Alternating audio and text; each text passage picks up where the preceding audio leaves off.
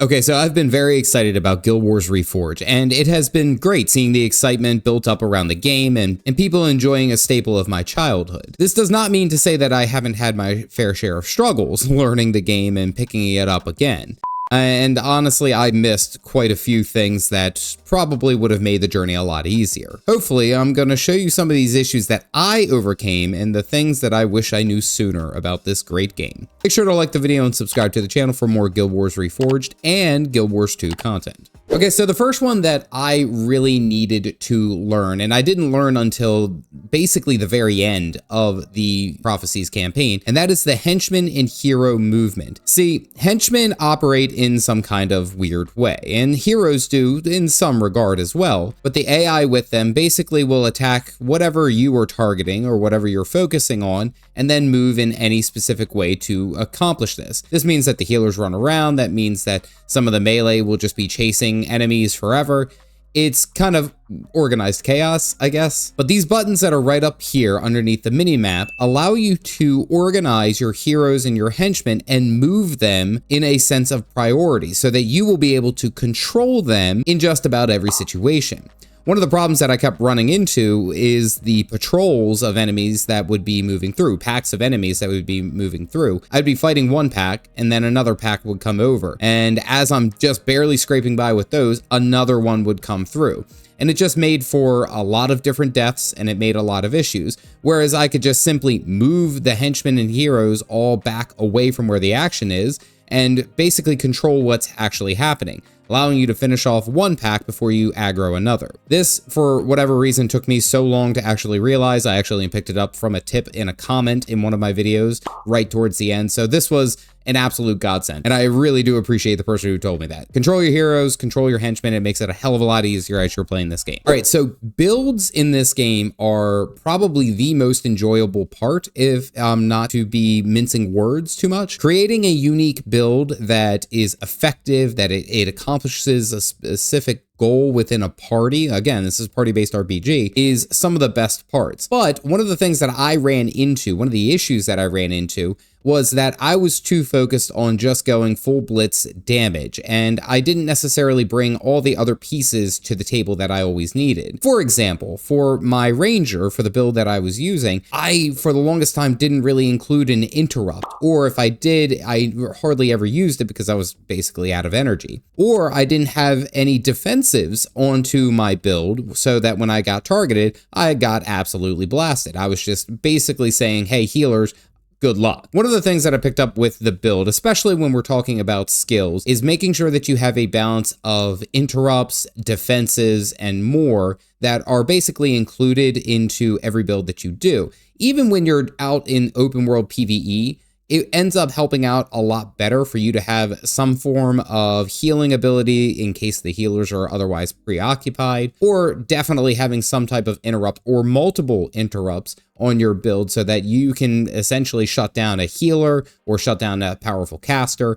It's just important. And I'm sure that there's more complex builds that don't even need this. And then once you actually get your heroes kitted out fully, that you could have them basically be on interrupts fully and you can go pure damage. I'm sure that that is that capability. I can see that. As far as getting started, having a good mix of those abilities is really going to be a boon to you. It's really going to help out. Okay, one of the bigger issues that I ran into, and it's something that I look back and I'm like, that really was a pain, is not having Signet of Capture on my bar essentially on every mission. In most missions, there is at least one or two separate boss mobs that you can use Signet of Capture on to get a free skill. So Signet of Capture, once you defeat the enemy, you go and use it over top of them, and then you get to essentially capture one of their skills, whether it be a normal skill or an elite skill. This is one of the more fun aspects of this game, is essentially skill hunting. But one thing that I ran into that I look back and I never did was I didn't have Signet of Capture on my bar for a good chunk of the actual missions and gameplay that I was doing. And I don't know necessarily if it was because I was like, oh, I don't want to sacrifice a spot on my bar because my build needs this, that, and the other.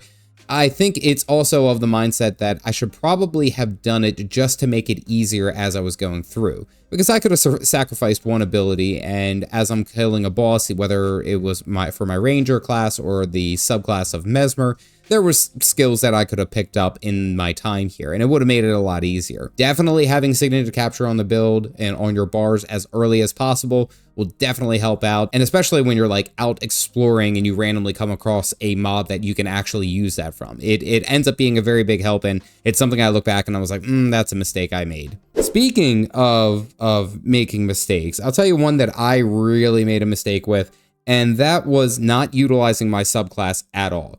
During my Prophecies playthrough, I essentially did nothing but my Ranger. I didn't put any points into the Mesmer. I didn't have anything that was really assisting in that regard, and it shows. It was kind of a pain. One thing that I'm looking at now is I probably could have used a couple of abilities, especially with like Mesmer, for example, that has pretty good energy manipulation. They can generate energy, and I could use that to fuel all of my higher damage attacks, like Penetrating Shot, or heck, if I'm using like Distracting Shot or any of my other interrupts, it works out a little bit better now that I have a constant feed of energy that is being put through. So it's something that I learned that I was like, that was a mistake that I made, and I probably should have used that a little bit better, because of course the Mesmer has a lot of different control methods that it can use, and especially with the range capability of Distracting Shot, Disrupting Shot, I could have shut down a lot of casters a lot earlier if I really would have taken the time to look at my subclass and say, oh, this probably would have worked. This probably would have been better.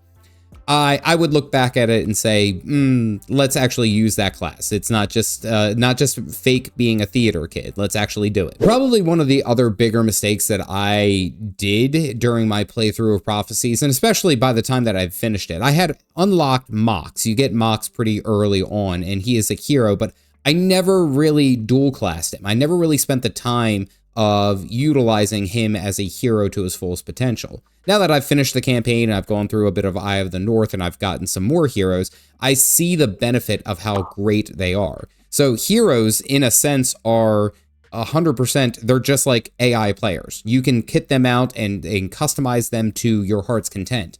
Like for Mox, for example, he's a dervish. Okay, well, probably could have paired him with a warrior or something and made a pretty good tankier build there for him. And I never really put that through as far as what would work best for him. And I didn't really spend the time doing that. Now, looking at it, I definitely could have used a lot of the other heroes. I could have unlocked a few and actually built them out to make my journey a heck of a lot easier, especially while I was going through Eye of the North. That was a bit of a pain. I was only hindering the classes because they didn't really have enough on their bars to actually do any good. So that was 100% my fault. And I really wish I would have used the heroes a little bit more properly. Definitely look into what the heroes are capable of, look at the different class combinations, and find something that works well. It's really great, the depth that you can have for your heroes, but you gotta use them. And the last mistake that I think ate up a lot more time than it probably should have was actually trying to focus on only doing the challenge mode versions of the missions as I was going through. So, I mean, of course, you get extra skill points, you get extra experience. It's great all the way around. The problem that I ran into is that I would spend too much time just focusing on the challenge modes, then trying to go ahead and finish the main mission. By the end of my playthrough of Prophecies, I just said, you know what, let me just focus on the missions. And that's the beautiful part, is that you could just do the missions and then come back at another time, redo the mission, and just focus on getting the challenge and then call it a day. You don't have to try to jam them all into one. Now, some of them are a lot easier than others, of course. But if I'm looking at like Aurora Glade, if I would have actually just finished off all the mobs and then ran all the way through and killed the rest of the mobs that were in that area, I would have gotten the challenge mode as well. But I was just focusing on getting the mission, and now I'm going to have to go back and finish that. But that's something that I learned on the way, is that it wasn't necessary for me to continue on trying to do too much in one single mission. You can earn the bonus and then just call it a day. You don't have to redo the mission after you've already gone through it. So that was something that ate up a lot more time, and I felt embarrassed to actually, by getting to the end, I didn't hardly do any of the bonuses because I was like, well, let me just focus on the missions. I'll go back once I'm a little bit better geared and a little bit better kitted out. But that was a mistake I made. So yeah, those are some things that I picked up in my short time here thus far in Guild Wars Reforged. And there are some probably bigger errors that I made, but these are the big ones that I looked at and I said, I could probably have done better. Now, I am by no sense a pro in this game, and I'm sure that there are more in-depth players who know the game a heck of a lot better than I do. So if you guys are one of them and you are watching this, please share a tip down in the comments below. Hopefully it'll help someone out. If you guys do want to see these mistakes in real time, you can actually watch this video here featuring my entire journey through Guild Wars Prophecies. As always, stay caffeinated, folks.